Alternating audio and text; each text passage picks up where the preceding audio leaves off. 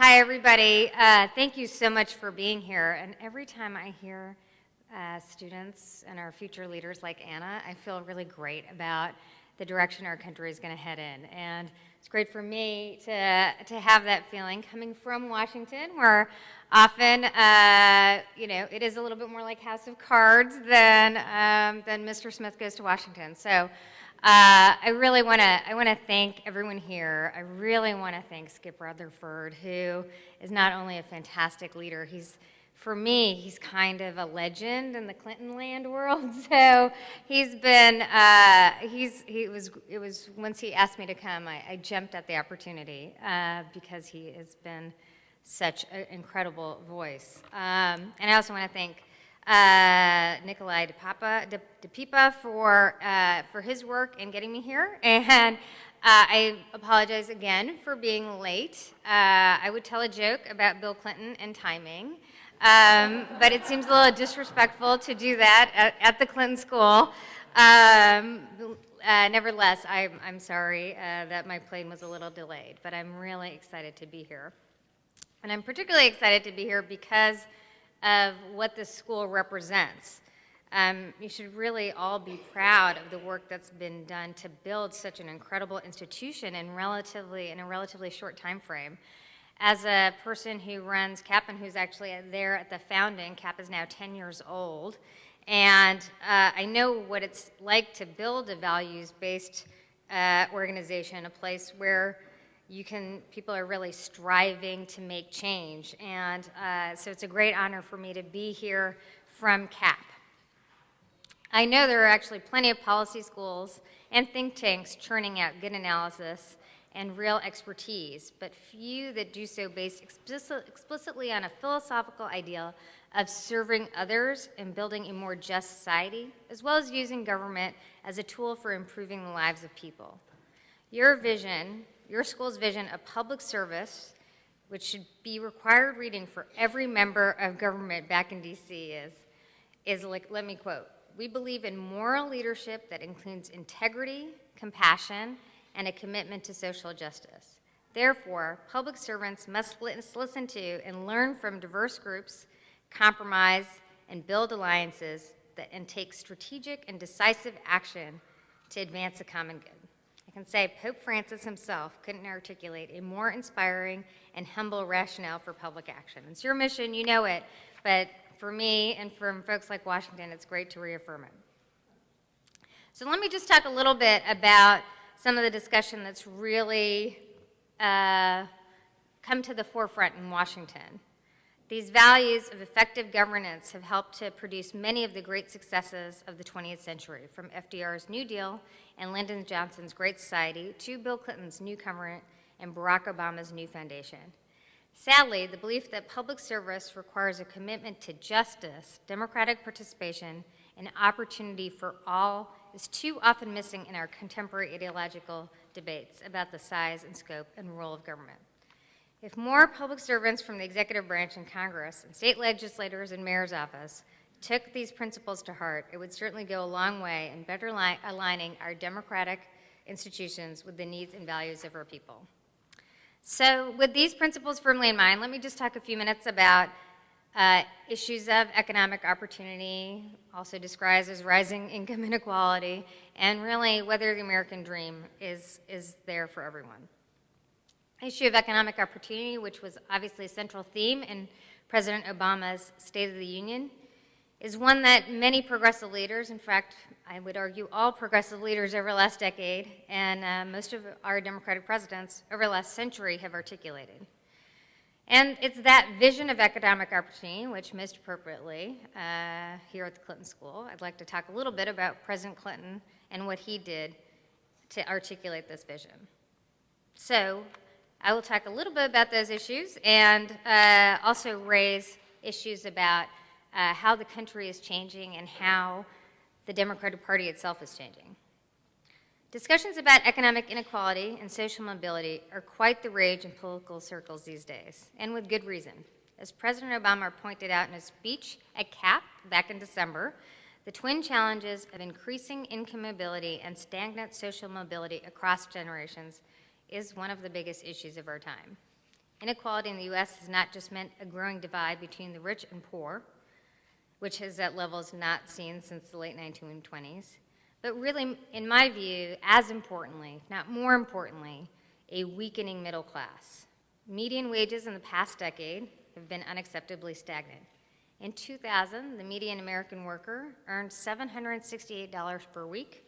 In 2012, that worker still made $768 per week as productivity increased 23%.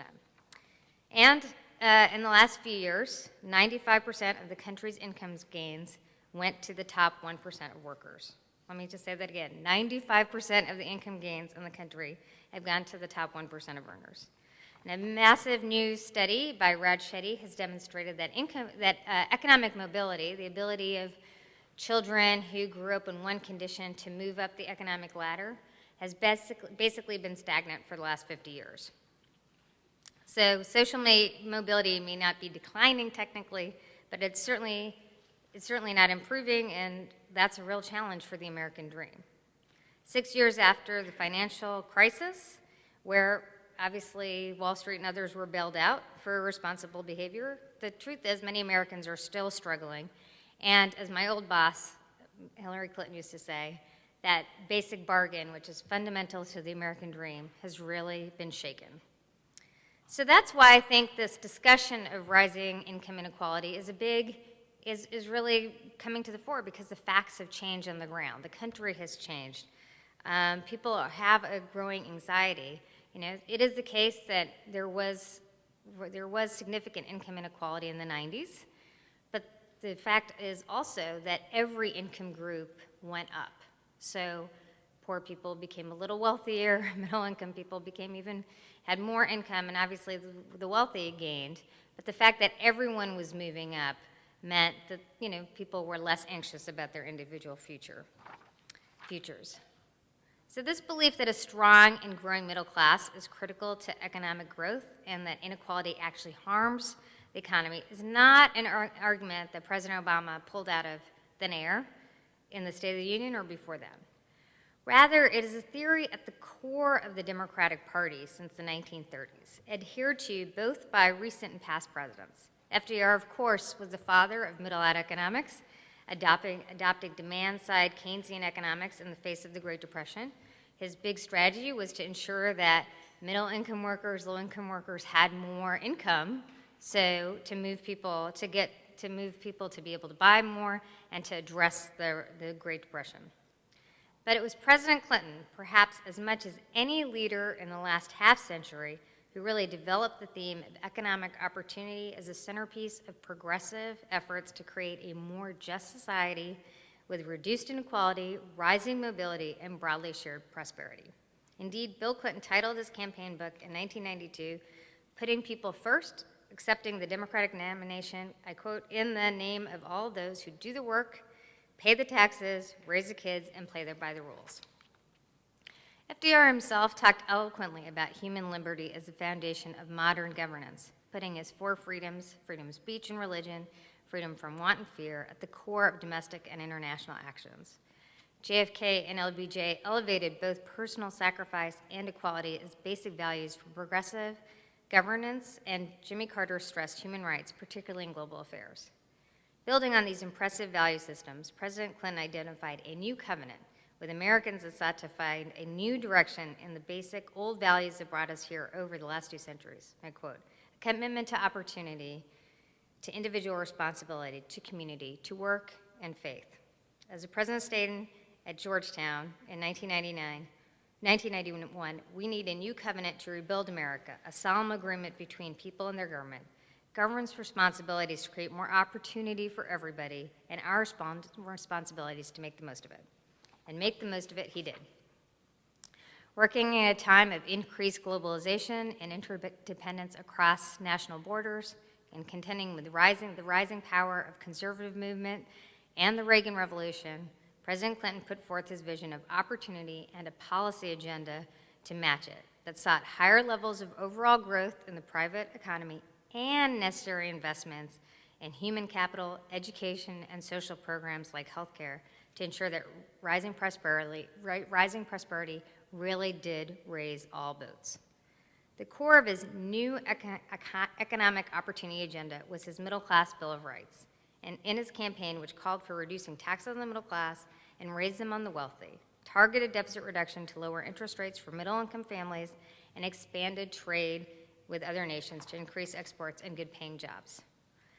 Let me just dwell for a second on the tax component of this agenda, because I think it provides an interesting and powerful counterpoint to much of the contemporary right's ideology about taxes and growth. Early in 1993, President Clinton proposed raising the top marginal rate from 31 to 39.6%, pretty hefty tax increase.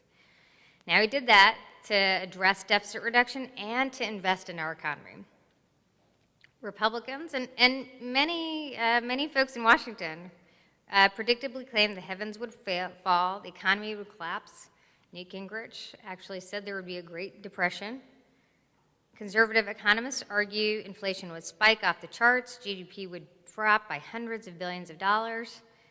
Of course, none of these things happened, and it's really because the president had an investment agenda. There are obviously important debates taking place today on aspects of the 1990s. But the results over the course of that decade were clear. The longest economic expansion, with more than 107 consecutive months of growth, moving from record deficits to surpluses. I don't really have to tell people at the Clinton School how much the president accomplished in his time as president in the 90s. But it's important to note the aspects of that agenda. It was both a balanced approach to deficit reduction, obviously another debate we've been having here in Washington, or having in Washington, but investments in people, investments in human capital. So if the Clinton vision of opportunity, responsibility, and community was a proven success, we obviously had a different approach in the early 2000s. And much of the economic agenda of the Bush administration really repudiated what President Clinton did. And again, job creation fell, wages really stagnated during that period, deficits rose, and income inequality skyrocketed. More people fell into poverty in the early 2000s, and to top it all off, obviously we had the Great Recession start in 2008. So I lay that background only to say that what we've been talking about in Washington over the last few years, and especially in the last few months, about rising income inequality and economic mobility, are ideas that have been championed and echoed in part by President Clinton himself. President Clinton set out that economic narrative that really, I think, President Obama has been articulating. And obviously the times are different. We have had a big struggle with not only wages, but unemployment in the last several years. We face continuing challenges in the housing market, and our gross domestic product is not anywhere close to what it was in the 1990s, although it's getting to 3% at this point. But I think that the fact is that we face new times and new challenges. But rather than retreating from mounting threats to our competitive position in the global economy or pursuing a conservative strategy of doing nothing, President Obama has argued that we need to fight to stay on top and expand opportunity. And as he has said, America is not second best. So he's created a similar framework, although changed for new times. So obviously with what's happened with Wall Street, we've needed to repair the broken financial order and replace it with more effective oversight and stability measures. But in addition, President Obama has called for rebuilding America's infrastructure, investing in education, science, technology, and innovation, investing in healthcare, and reducing deficits. With the addition of financial reform, this agenda is very similar to the one that President Clinton modeled in the 1990s. Of course, this is an accident. They're both members of the Democratic Party. But I do think the Clinton-Obama vision of opportunity remains important because while the times have changed, it is that particular view that we need to invest in the middle class, in human capital, in making sure people are ready for the differences, for the challenges the economy has to offer. That is what is actually going to best prepare us, not only for the late 20th century, but for the 21st century ahead. So change is occurring even more rapidly today, whole jobs are being lost to technology, and we face even more global competition. So we are really in a race to ensure our workers have the skills they need to compete across the globe. That means more support for education and research, not less. While efforts of the Obama administration remain crucial to progress, the fact is that Republicans have successfully slowed the pace of progress in Washington. This has prompted governors and state legislatures to enact more laws across a range of critical economic and social issues, from immigration to alternative energy, from education to jobs in their own states. Fortunately, even with the GOP dominance in many governorships and legislatures, there are a number of important efforts underway in the states to increase opportunity for workers and families through targeted investments in education and healthcare. Let me just briefly highlight a few of those most important ones. An issue close to my heart, and I know close to President Clinton's heart, education policy is really the most important ingredient to addressing long-term economic growth. And states have led the way in expanding on issues like expanding access to preschool, and today 28% of 4-year-olds have access to state preschool programs. Far too little overall, but actually a significant increase. And that increase has happened in both states, with both Democratic governors and Republican governors. It's a little-known fact in Washington, but Republican governors have been amongst the greatest champions for pre-K. States like Georgia and Oklahoma have modeled preschool programs and served the majority of 4-year-olds in really high-quality programs. Georgia began the nation's first universal preschool program for 4-year-olds in 1995 under the leadership of Democrat Zell Miller. Today, 60% of 4-year-olds in Georgia attend high-quality preschool-funded programs. In fact, after President Obama announced his plan to make preschool for all a reality across the nation in his State of the Union last year, he went to Georgia to find out how the program is working, and it's working really well. In 2013, a total of 30 states increased their spending on preschool, including many states such as Virginia, North Carolina, South Carolina, Georgia, Mississippi, and Alabama. South Carolina made a particularly large investment, increasing funding by 80%. Mississippi also did a big increase. But the area that's probably the most controversial throughout the country is issues around the Affordable Care Act. And in this regard, there are states that are leading. Kentucky has been a very successful program, both in its exchange and in its Medicaid program. But obviously here, I cannot come to Arkansas and not talk about how the state is really innovating in health care. I'm a policy wonk, so you have to forgive me, but this Governor Beebe has done a tremendous job, not only on issues like championing Medicaid expansion, which I know gets a lot of headlines, but has really done an amazing job on lowering health care costs. He's really innovated. The state is innovating in ways that we've championed in Washington as a model for the country on lowering health care costs, reforming the way we pay for services so that we actually pay for quality deliverance of quality care versus the number of times you see a doctor. It's a transformative change, and actually we hope more and more states will adopt the model that Arkansas is really leading on. And it's in that way that I think that progressive governors are really demonstrating that they don't care about ideology, but really results. And I know, of course, that Medicaid is a hot topic, and we, at CAP have done a lot of work to show that in states where you take the Medicaid expansion, you're actually receiving a lot more dollars from the federal government than you're giving back. That it's a real win for the state because otherwise the state itself ends up paying for those uninsured folks. So I hope very much that the governor's innovative program, a private sector-based program around Medicare, will actually win the day here in Arkansas, because I think it is an innovation. It's one where we bring in the private sector, we ensure that people are getting covered, but we're doing it in a way that's also very cost-effective at the state level, because it's still the vast majority of the dollars are federal dollars. And it will mean a transformative difference in the lives of people. I think what often gets lost in the debate on health care, a debate I have the battle scars from over the last decade, is the fact that there are really just people out there who are working who are working at minimum wage jobs or above minimum wage jobs who just don't have health care. And that this will allow them the peace of mind that the vast majority of Americans have. So I think it is a vital, vital thing to have happen, and I hope it will soon. So I really want to engage in questions. I know I'll get hopefully great questions from an audience of folks committed to public service and public issues. And I always learn so much when I'm around the country, but I imagine I'll learn a lot more from the people in this room because you're doing what we hope more and more folks will do. I know, again, sometimes a cynical time in Washington. Not much does seem to actually happen.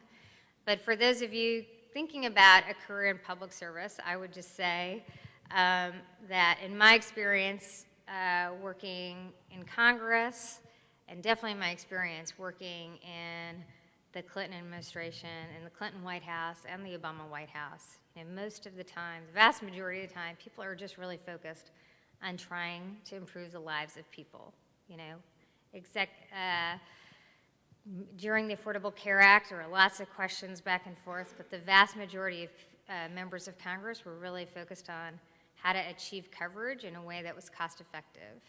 And we really are tackling some of the country's gravest challenges, and we need the country's best and brightest. So I am thrilled to be here with you, and I hope that when you think of public service and being out there in the world, that you'll think that Washington is more than House of Cards, and it is people committed to addressing our country's greatest challenges. So thank you very much.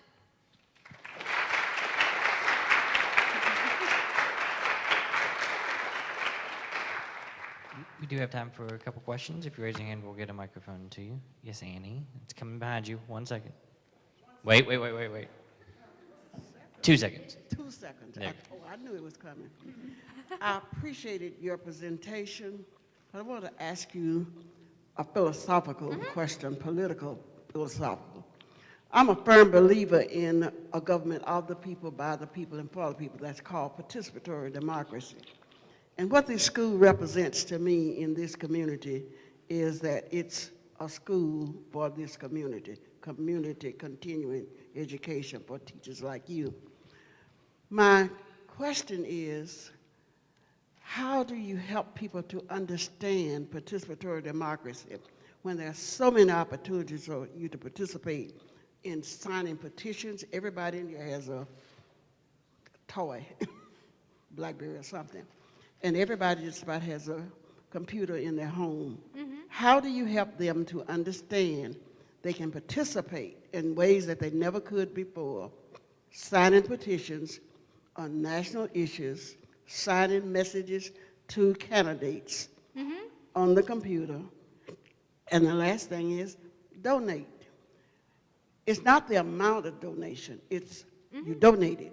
And people who donate, they are investing in their own self-interest. How do you value that? That's what I teach. I am a public servant.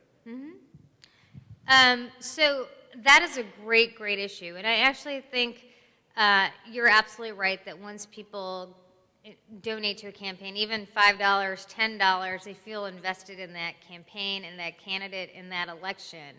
I actually think that we have, there's reason to be relatively cynical about what happens after elections. But in the last several years, I do think that things like social media, like Facebook, Twitter, other things, are engaging people, and particularly engaging young people. We've done a lot of work. We have something at CAP called Think Progress, which has 6 million unique visitors a month, and the vast majority of people get their information now, not from coming to the website, but coming through social media. And the interesting thing about social media is that it combines information with action. So it's most effective in campaigns where it combines the two. And I think the Obama campaign did a very effective job in trying to make the connection between those two things, which is not only giving people information at a particular time in the campaign, what was really happening, but also asking them to do things. Now, it seemed like a lot of it was asking them to donate $3, $5, $6 at a time, but in particular moments, like after the debate, the president's less than stellar debate performance, he was able to use social media to kind of rev up his troops, get them more committed, et cetera. So I actually think that I'm hopeful that the advent of new forms of technology will allow people to engage in different ways. Now, I don't think there's any substitute for coming to a community meeting, participating in your PTA, doing the actual work of meeting people, and I hope that as social media develops, it will connect people in ways where they get out of their house, get out of their living room, get off their couch, and take action. I think we've seen that in a lot of elections, but past the Obama coalition of the last 2 years, not having Barack Obama, we're going to have other candidates. Some I like very much and know very well, I hope, and I hope they are able to mobilize in the same way. Abby.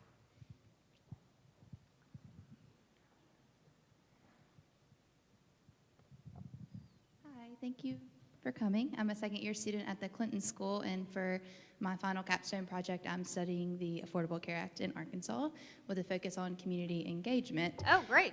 So as you should know, send us your thesis when you're done. Okay, that's a lot of pressure. Okay, I need to leave and start working on it now then. It's due in a few weeks. So anyway, the Arkansas legislature did not approve a contract with a local PR and marketing firm for large-scale outreach. As you know, so starting October 1st, Arkansas didn't have any large-scale outreach and marketing campaign. What do you think the implications of that are going to be? I just want your honest, truthful opinion. And when or is it even possible that politics are eventually going to be out of Obamacare? When is Obamacare going to become the Affordable Care Act? And are politics ever going to be out of it, I guess is my question. Obviously the Affordable Care Act passed for almost 4 years ago. I have been asked every year when the politics will be out of the Affordable Care Act, and I always answer just around the corner from the politics being out of it. And so I will not say that. I think it will take some period of time.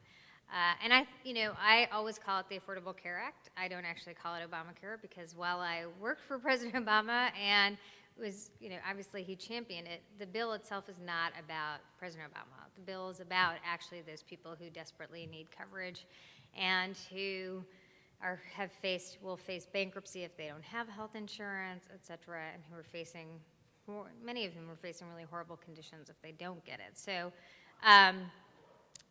I do think, though, if we step back, the fact that just a few years ago, only a handful of big, it was really mostly big Democratic states that were doing the Medicaid expansion. There are more and more Republican states doing the Medicaid expansions. Very conservative states like Arizona, Ohio, Florida, trying to do the Medicaid expansion. And I think as you see states implement the Medicaid expansion, it'll be very clear in those states that don't, they're each experiencing higher premiums. Individuals, businesses will have higher premiums because they haven't passed Medicaid expansion, and those people are just going to emergency rooms and everyone else is paying for them anyway. So we've done a lot of work on how in a state like Oklahoma, where you don't pass the Medicaid expansion, it's an increase in people's premiums of $200 to $500. It's really unnecessary when you could actually pass this. So my hope is that as more and more people see the benefits of this, we'll take the politics out of it. But the truth is that my honest view of this is that one of the reasons why it's been so challenging is the Affordable Care Act does represent, an expansion of government, although it's ironic because it's actually government supporting people's ability to buy private insurance in the exchanges, and in a state like Arkansas, buy private insurance through Medicaid. So I think it's been very ideological from the beginning, because at the end of the day, it was actually based on Governor Romney's plan. So it's a long way of saying that I've already seen in the last month or so the conversation in Washington shift. It was very unpleasant in October and November when we had just, I can't say anything else other than the botched rollout of the national website. That's been a big challenge. The air has been out of it in the last few months because more and more people are enrolling, the website's working.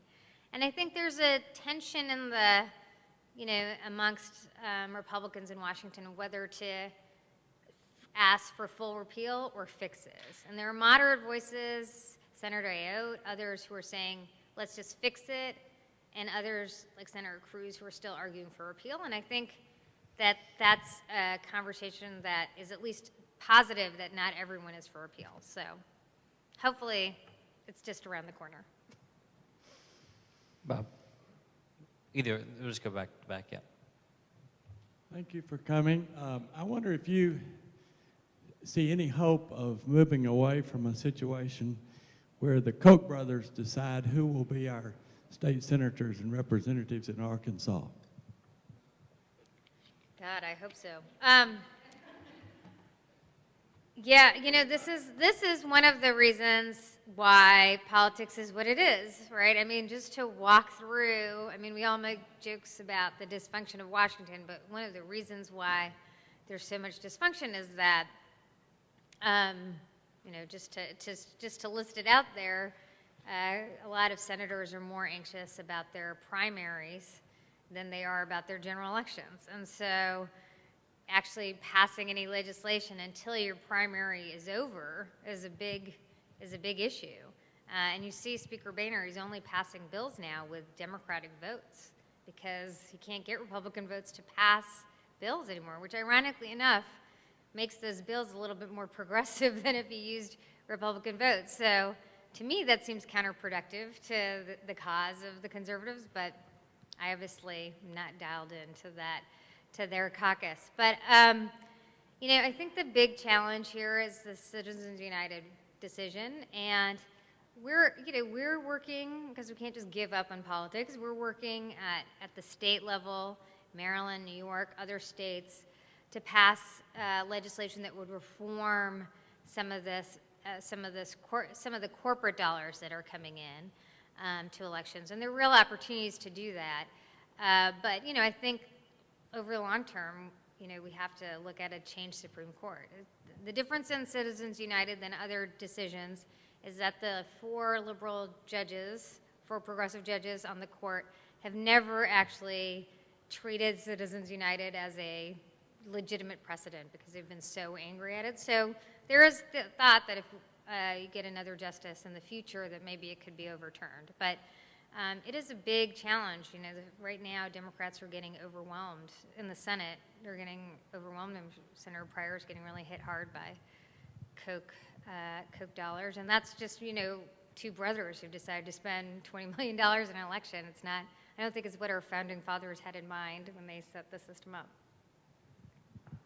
Mara?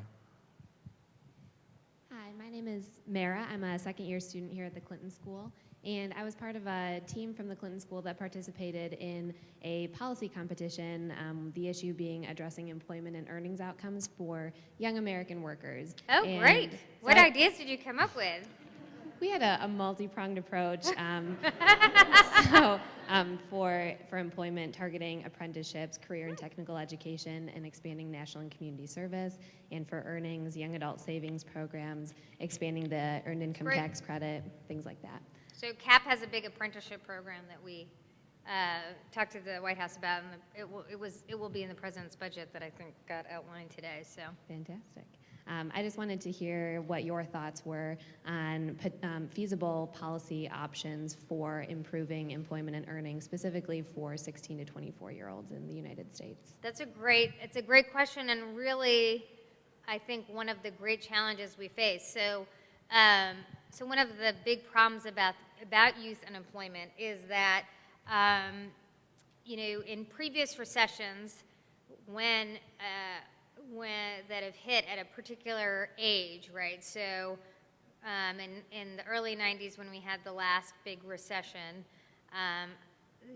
you looked at the earning potential of those people, of those young people starting out. Through their lifetime, their earnings potential declined because they had a hard time, with wages in the beginning, or they weren't employed for a while. That kind of affected their whole career, which is completely unfair, right? And it's basically it's an accident of the timing of your birth, right? So, and obviously, when that happens to a generation of people, that brings down the earnings of the whole country. And you hear this when you ask people. One of the big changes is young adults are living with their parents longer. It's now 50% of college graduates live with their parents. I mean, it's like shocking, right? And so, for a period of time. So I think that's why we believe it makes sense to have a targeted policy to address those young people's lives and ensure that they have real opportunities. So we've proposed this apprenticeship program, really modeled on what Germany has done very effectively. And the apprenticeship program essentially subsidizes earnings for young people to be in to be in the private sector and the public sector, to get that experience. And then the experience in Germany is the vast majority of those people get hired, but they never face that significant cliff of no incomes for a period of time. So again, this is something that the president mentioned briefly in the State of the Union. We have to see what his budget actually proposes. This is also an area a lot of states are doing some innovative work on. California has an apprenticeship program. New York has an apprenticeship program. Because I do think, we always step back and think about when we should intercede, but to have to have people kind of have a lower income over their lifetime is really unfair, just because they happen to graduate from college right after Wall Street busted up our economy. It doesn't seem particularly fair to me. So I do think it makes sense, and we'd be happy to share information on what we're proposing. Hello, thank you for being here. I'm Carol Moore. I work for Heifer International. Oh, great. I was curious if the center has been doing any work. It's now 20 years since NAFTA, North American Free Trade Agreement. How has that trade agreement either helped on inequality and economic opportunity or harmed the equations for Americans? So that is a great question. And the truth is that most economists think that trade, and I want to separate trade from trade agreements, right? So I think it's really important to do, and we lose sight of the issue of things like we don't have a big bilateral trade agreement with China, right? There's no particular trade deal between the U.S. and China, and yet obviously, we all know many factories have closed and basically moved to China. So trade, I think I just want to separate what a trade deal does versus what trade itself does. And trade itself, most economists think it's contributed, somewhere between, 10 and 30% to inequality in the country, which is, it's not nothing. And that's because as we all know, we sort of lost manufacturing jobs to China, and we've gained jobs in the financial sector, or the jobs that have grown in the U.S. are very service sector oriented, and they're lower wage jobs. So I think this is a big challenge going forward. And there's been a big debate in Washington about the Trade Promotion Authority and deals. There's a giant deal with Asia, which is TPP, Trans-Pacific Partnership, and then there's one in a big Eurozone deal. And the U.S. economy and the Eurozone are very similar, so I'd be surprised by really big inequality between these two countries, because they actually have less inequality than we do. So I think there's been a lot of debate about these things. I think, if I could put my Clinton hat on and look at trade, I would say if you could actually use trade deals to basically address this issue of a race to the bottom on wages. So if you could use trade deals to actually move other countries to support workers in ways that they haven't done in the past, support the right to unionize, raise environmental standards, that would be a good thing. And the criticism of NAFTA and other things is that the agreements on labor and environmental issues were side deals, not central to them. And so they didn't actually end up raising wages as much as they could. And so, I think this is a big issue. I think the fact is that trade, it's not clear trade is benefiting middle class folks in the U.S.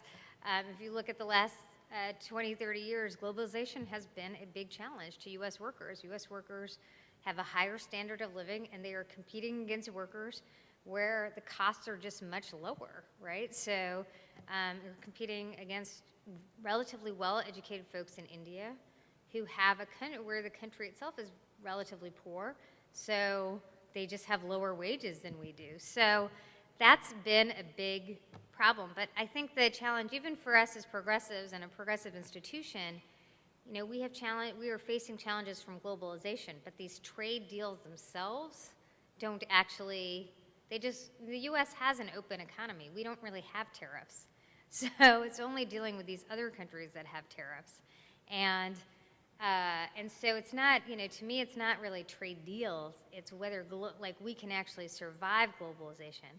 So let me just say how this relates to what we're talking about in the budget and other issues is, what was President Clinton's response to that? Make sure that everybody has the education they can get. They can actually you can have the skills you need to navigate the economy.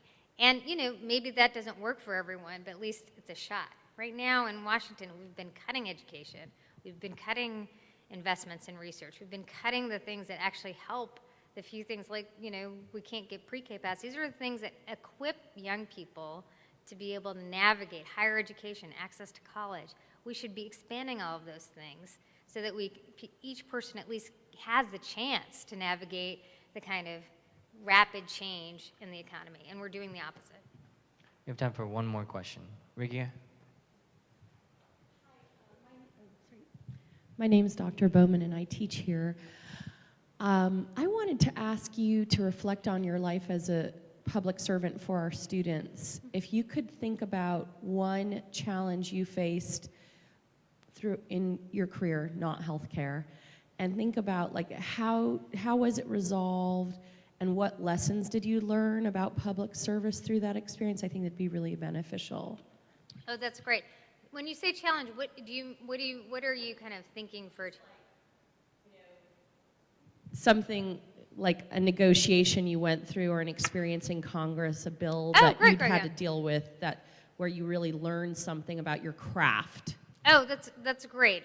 So I had the great fortune. Of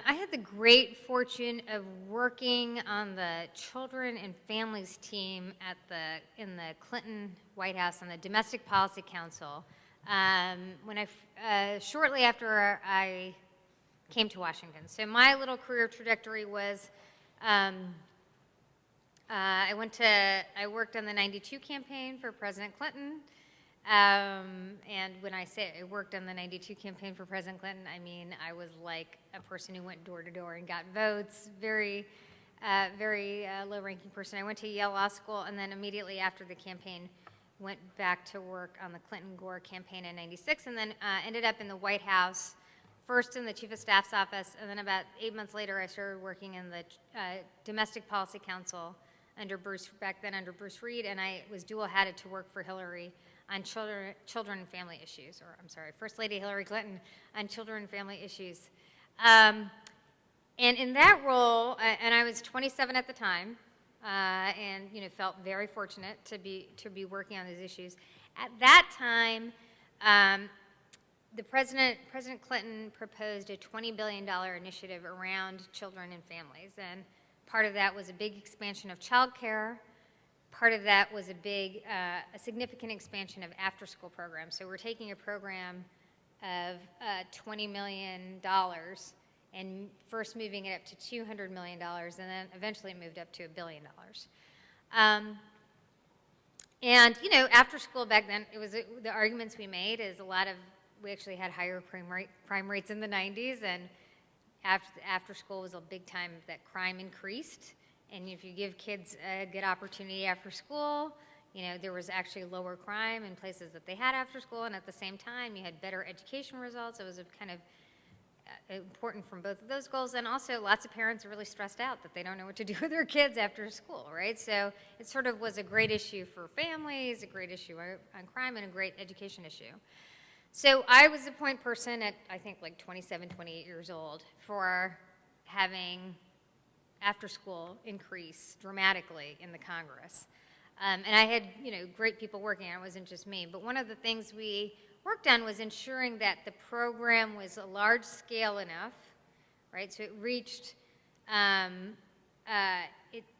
know, we got a lot of support from kind of suburban, even moderate members of Congress. Back then, Republicans were championing after school because they were from suburban districts, and there was a lot of suburban parents who liked this program.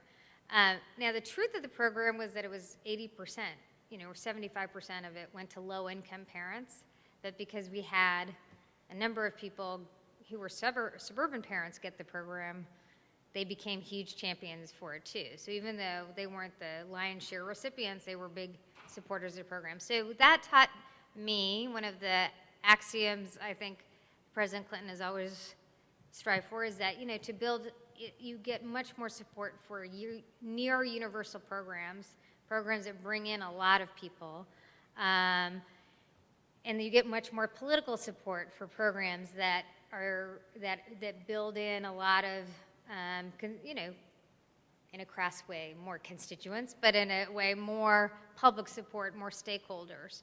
And you know, I learned that lesson at a relatively young age. So I don't know if that was what you were thinking, but it was a good lesson to learn. Well, thank all of you for coming out tonight. And Yeah, thank you, Neera, so much for making the trip. And Thank we hope you. to see you all at the next one. Thank you all very much. And thank you for coming an hour later. I'm grateful.